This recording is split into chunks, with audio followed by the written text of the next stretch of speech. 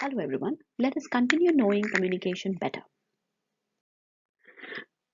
So previously on communication, we've discussed the introduction and we had zeroed down to explaining and defining communication as a simple process of exchanging meanings. Then we talked of how we reached to the kind of communication that we are into, whatever components that are there in the process of communication, what made humans discover and invent those, and how have we come to a stage wherein we say that yes, now the communication system is perfect, we do not have any kind of any lacunas in the system, the data is safe, the process is fast, so on and so forth. And then we also discussed about the process of communication wherein we talked of the feedback having been involved into the process of communication. We also have discussed the principles to communication, wherein we've discussed 7 C's, and then we moved on to discussing the types of communication, wherein we discussed that communication is based on, uh, it could be based on formality, it could be based on media, it could be based on party, and also we have other kind of communications like mass communication, inter and intrapersonal communication. And then in the previous lectures we also have discussed uh, in brief, or I've given tried to give you an insight to the nonverbal communication, what exactly are the components of nonverbal communication, and we've already done the first component of it, which is paralanguage, which can be very conveniently defined as the way we say things. Let us now go ahead and try to learn what exactly is the other component of nonverbal communication, which would be kinesics and then proxemics. So kinesics, as already described and discussed, is a word that has been derived from kinetic, and kinetic would mean involving motion, involving any kind of a movement. And when it comes to communication, we can communicate using our body, using any specific component of the body as well. So if I talk of kinesics, I can talk of only the hand movement, which will be termed as gesture. I can always talk of the entire body being used to communicate something, which I can easily put as posture, wherein we'll be seeing as to what kind of an impact does it have if you're sitting in a certain way or if you're standing in a certain way. And of course, we'll be talking of facial expressions wherein all the components of the face are moving. All the components of the face would be eyebrows, eyes, forehead, lips, chin, cheek, etc. And then, having discussed this, we'll be going into the details of each. And this is how we'll be defining kinesics. Let us discuss the first component of body language, which is posture. Now, as the name suggests, body language, the entire body is able to communicate with the other party without speaking anything. Now, having said that, we've already discussed that one component of communication is verbal, wherein we are using words.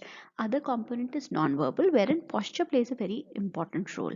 For example, if you can see, there are certain images on the right side of this particular uh, slide, wherein if suppose you're standing with your both your hands inside your pocket and your thumbs are out, both the thumbs are pointing out, in that case it would mean to the other party, whosoever is observing you, is watching over you, it would give an impression that you are in charge of something, and or you maybe have a dominant personality.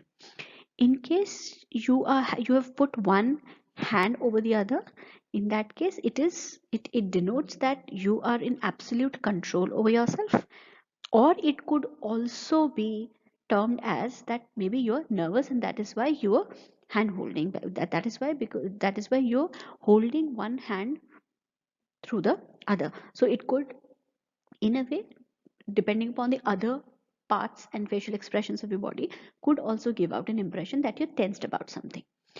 And then if your arms are out, they're stretched a bit away from your body and your palms open, it would show that you're sincere, it would show that you're welcoming, and then of course that you're open minded. Likewise, if you're leaning onto something, maybe a table or maybe a wall or any vertical thing, it would mean that yes, you have an authority. If your hands are on the table and you're speaking, means you have a certain authority, and you're involving yourself into the communication. If you're leaning against something and your one of your foot crossed over the other, it would mean that you're casual in your approach.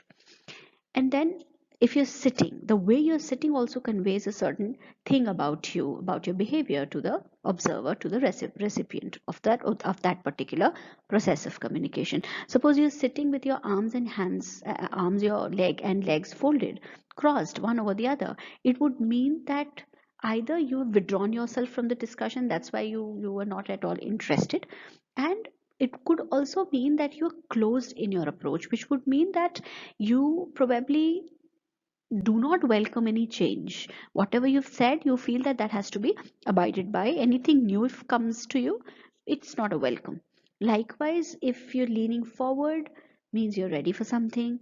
If in a group discussion, if you're leaning forward, means you're involving yourself into it, you're interested in it. If you were sitting upright with your back straight, would mean that you're attentive, and would mean, again, it could also mean that you're authoritative.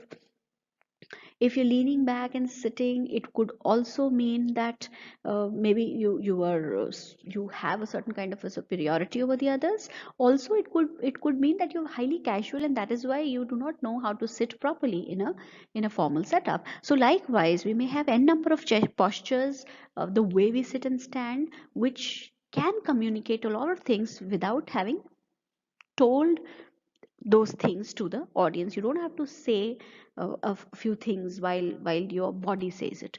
It is not absolutely not a requirement in that case. So the posture that we carry, the way we sit or the way we stand, it reveals about the attitude of the person, of the emotions of the person. It also portrays how confident you are, whether you have any lack of confidence. Are you aggressive in your approach? Are you easily convinced, or you get easily afraid of something? Are you anxious about something? Is there any anxiety that you have? All those things can be communicated using the way you sit or stand. You need not utter them from your mouth to tell to the people. The next component of body language is gestures. Now gestures here would only be restricted to the use of hands. Whenever we're using hands, we would define the use of hands in four different ways. Either a hand movement could be an emblem, or it could be an adapter. It could also be an illustrator, or maybe a regulator. Now, what are these things that we're talking about? If I talk of an emblem would mean that any kind of a motion or movement that you're doing with your hand, it has a certain meaning, but this meaning is not a certain meaning which is globally accepted. It could be accepted in a certain community, within a certain organization, but then the moment you go out of that boundary, maybe people don't understand that in the same way as you do. For example, if you're showing your thumbs up to a certain audience, which is an English speaking audience, they would understand that you're appreciating their effort, or maybe you are kind of wishing them good luck, or you wish to convey that whatever you have seen or have gone through is perfect. It could be any positive thing. The moment you're showing your thumb to somebody who's from a Hindi kind of a background, wherein the person does not understand Hindi, does not understand English, sorry, in that case, he would understand that there is nothing that the fellow is getting from you. So emblem would mean a certain gesture that has a certain meaning, but that meaning is restricted to a certain community, a certain organization, a certain area or locality. The moment you go beyond it, the meaning would change. Adapters are those kind of gestures that nobody tells us that okay, this gesture means this. We observe and then adapt ourselves to it. For example, if, again, that's a very common example that I keep giving always, that suppose there is a child who's playing, and maybe a toddler or an infant who's playing and did something that was not desired of that child to do. In that case, suppose the mother comes and shows, maybe only shows her palm to the person, like the way we show a slap. Now one time when the mother shows it with the raised eyebrows, maybe the child would not understand, obviously, because you have not told that to the child. And then if repeatedly the child is involving himself or herself into such an action which is not desired, then in that case, when the mother keeps showing that slap to the person without hitting, of course, then the child would understand that this slap means the mother is not very happy with what I'm doing. And now that you've picked up, the moment you grow and maybe you have younger siblings, when they involve in something that is notorious, which is mischievous, and you don't want the person to do that, then of course you also will show your hand, your palm to that particular person. This means that you have adapted to the use of that gesture, that hand movement. Likewise, if I have to say that, for example, this is an observational learning that we are doing right here with the adapters. So as a child, when your brain was not very synchronized and coordinated with the other parts of your body, maybe you would have picked up the food from your plate using a spoon, or maybe using your fingers, you would have picked it. But because there is a lack of coordination between the components of the body, as a toddler or maybe as an infant, then it would have certainly gone here and there and not directly into your mouth. But then you knew that it has to land up inside your mouth only, you did not put it elsewhere. You tried to put it only in your mouth. Nobody ever would have told you that this spoon, that this food that you're picking in your spoon has to go inside your mouth. Nobody ever told you that. But observing the people that were there nearby when you were an infant, or maybe when you were a toddler, you, by observing them, you would have got to know that yes, this is something to eat, and whenever there is something to eat on the plate, you need to pick it up using a spoon and then put it inside, right? So this is how we adapt to certain gestures. Illustrators, as the name suggests, these are more explanatory kind of gestures. Adapters are those gestures that you have picked up their meaning through observation. Emblems have a certain meaning, but which is not a standard meaning.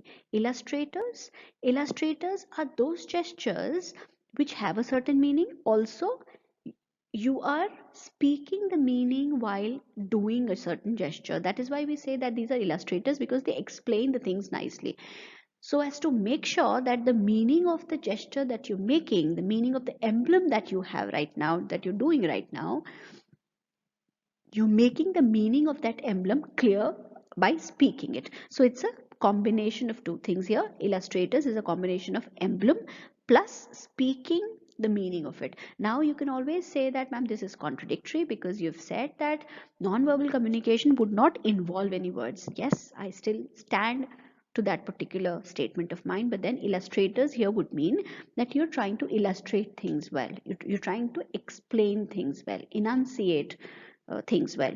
And just in order to do that, the primary action that you're doing is gesture, and it is only to support the meaning you're calling out the meaning of that particular emblem that you're doing. So illustrators will be those actions, those gestures which you're doing, and you're simultaneously, while you're doing it, you are speaking the meaning of it. For example, suppose you are a certain authority. Suppose you are an elder sibling and then you have a younger sibling as well.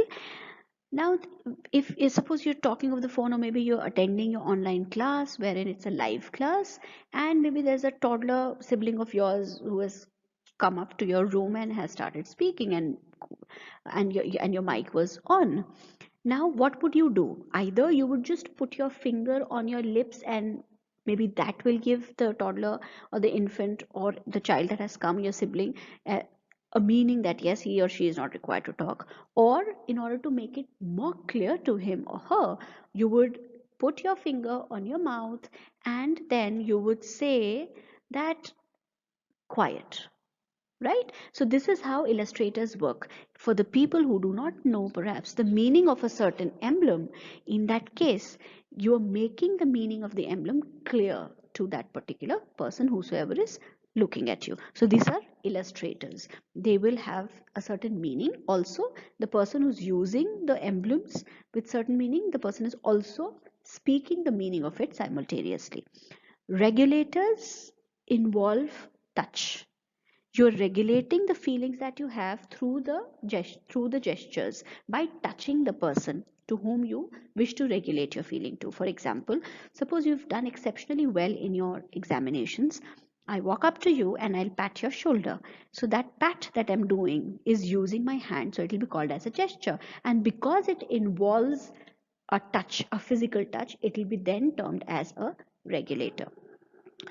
So regulators would definitely involve a physical touch. For example, you're angry at somebody, you've raised your hand. If you've just raised your hand and you did not land that hand of yours or you did not slap the person, it will be called as an emblem because the person would get to know the meaning of it. Or maybe it would also be called as an adapter if the person has adapted to the meaning of it. But then the moment that slap of yours lands in on the cheek of the other person, now it is called as a regulator because you've regulated the feelings, the emotions that you had that point in time through the gesture by touching the other person. So that is regulator, wherein a physical touch is involved. Now we'll be talking about facial expressions, which happen to be another component of kinesics. So facial expressions, we have six kind of standard facial expressions which are the same way accepted by all the people in the entire world. You need not explain to them the meaning of that particular expression of yours. They will understand because that is how they convey their feelings at that point in time.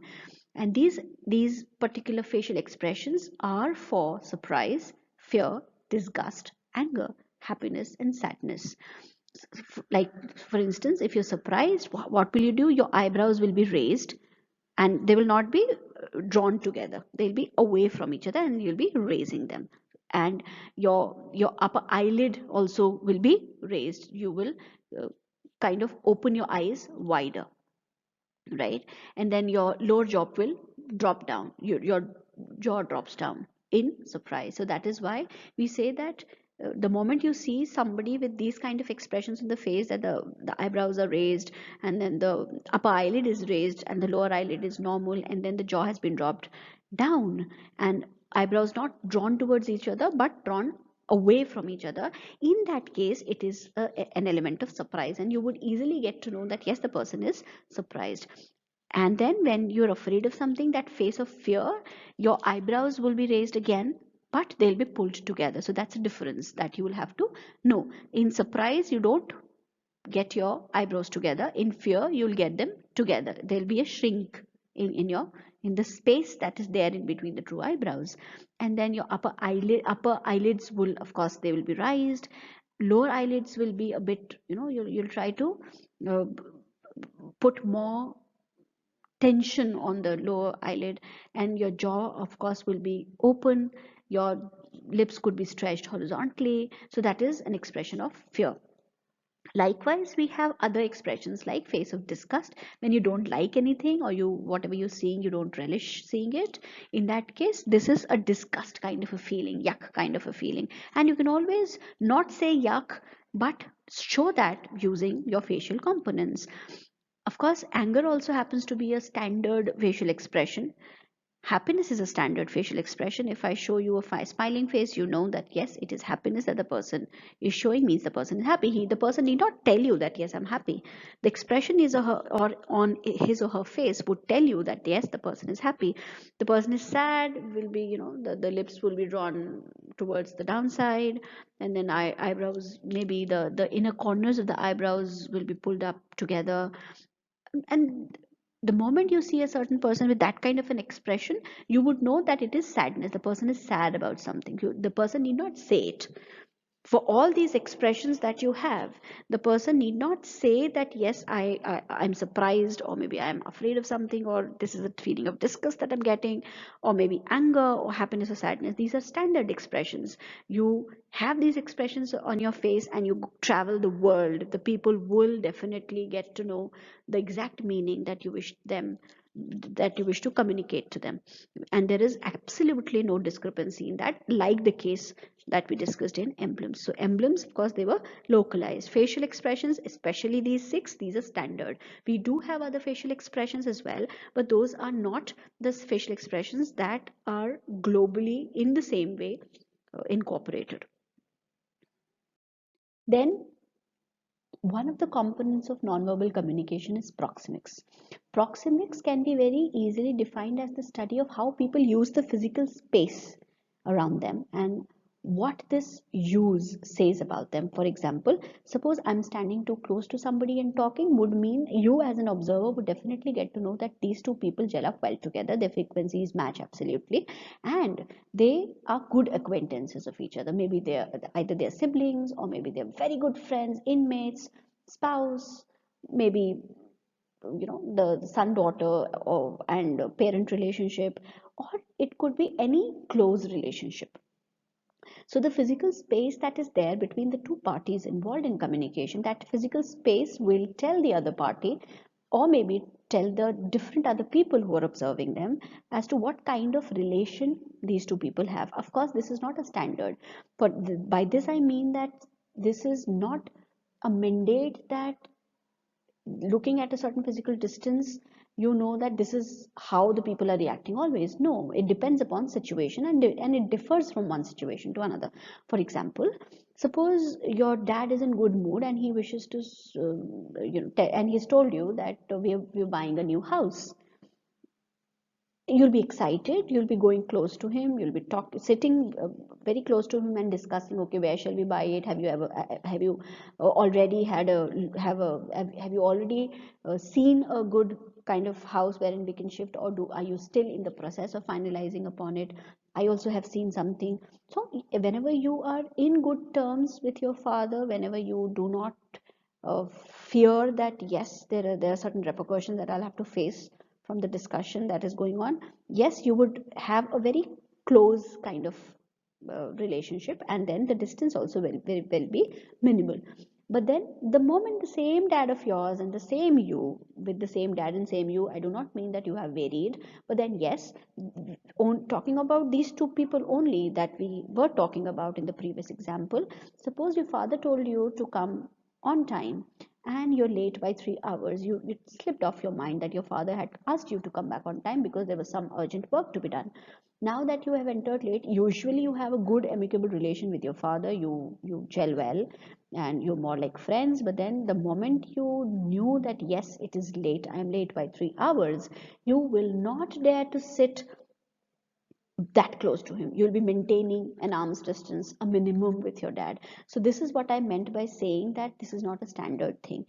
This once you in certain cases, if you're maintaining some x distance with the person, does not mean that always you'll be having the same kind of a distance. It could vary depending upon the circumstances, but yes, whatever the circumstance be, that distance will tell the other party your emotions or maybe your nearness, the relation that you share with the person. Also, it would tell the same things to the people who are seeing the two parties involved in communication. Now, this proxemics is, like we said, it is a study of the physical space between the two people. So this physical space that we have, it can have a certain component to it. What the component is, the personal feature space. This means that the nearness or the closeness that you're maintaining while communicating to the party, it kind of, as I said, it kind of explains your relation. So this is a personal feature space, which is an invisible boundary that people make between others and themselves. This tells about the relation. How does it tell about the relation? Let's go ahead with this.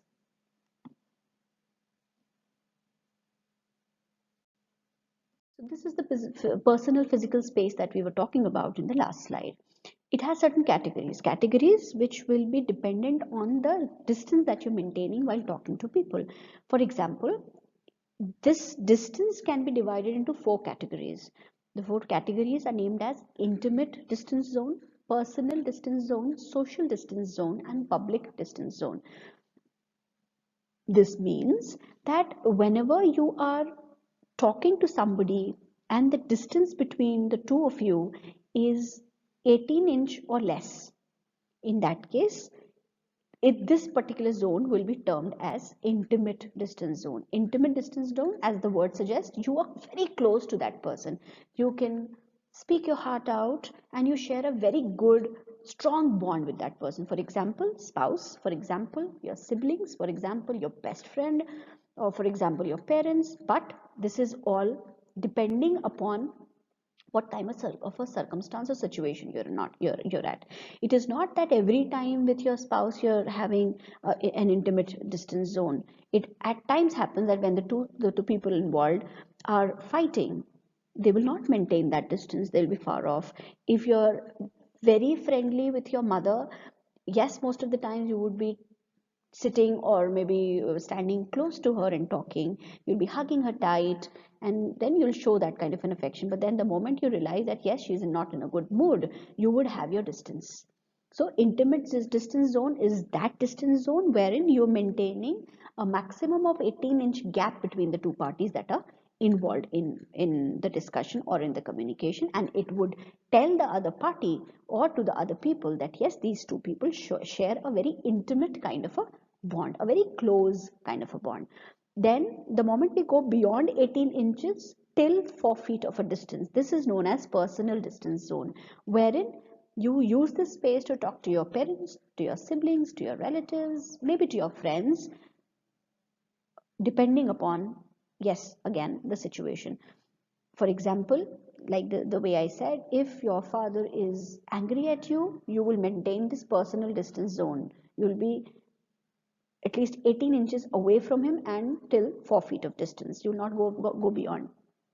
So that is the personal distance zone that we are maintaining, right? And then we have social distance zone. Social distance zone would mean that whenever we are in a social setup, you're going for a certain wedding, or maybe there is a conference, or maybe there is a seminar that you're attending. So you maintain that social distance, which would be 4 to 12 feet. For example, suppose you've gone for a wedding and there are people in that wedding whom you know very well, you're very well acquainted with, you share a very good bond and relation with these people, you can gossip with those people, so you'll be close to them, you'll be standing or sitting close to them and talking to them.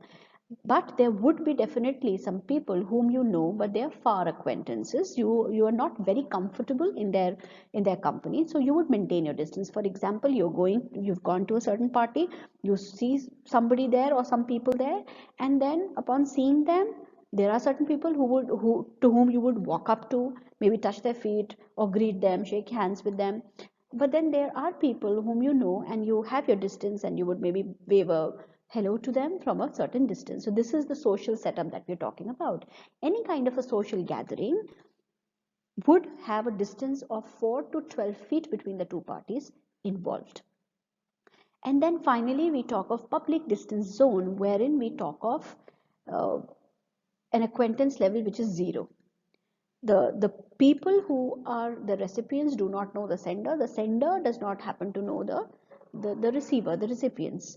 For example, we have these election rallies wherein there are politicians who are standing at a certain place on a certain platform, and there is a massive crowd in front of them, but then the crowd maintains good 12 to 25 feet of a distance. That also is because if you can't allow the people whom you do not know to come that close to you. You know what happened to Rajiv Gandhi, because he did not consider the public distance zone. He did not know those people, but then still he allowed people to come close to him. So this is how, and this is why it is important to maintain these zones, so that the people know that yes, are you comfortable in their company, are you not comfortable in their company, do you know them well, do you don't know them at all. So all these things will be conveyed without talking, to the person you're talking to, without talking, without telling the person how near and close that fellow is to you. It will be clear to the person because you're maintaining a certain kind of a distance.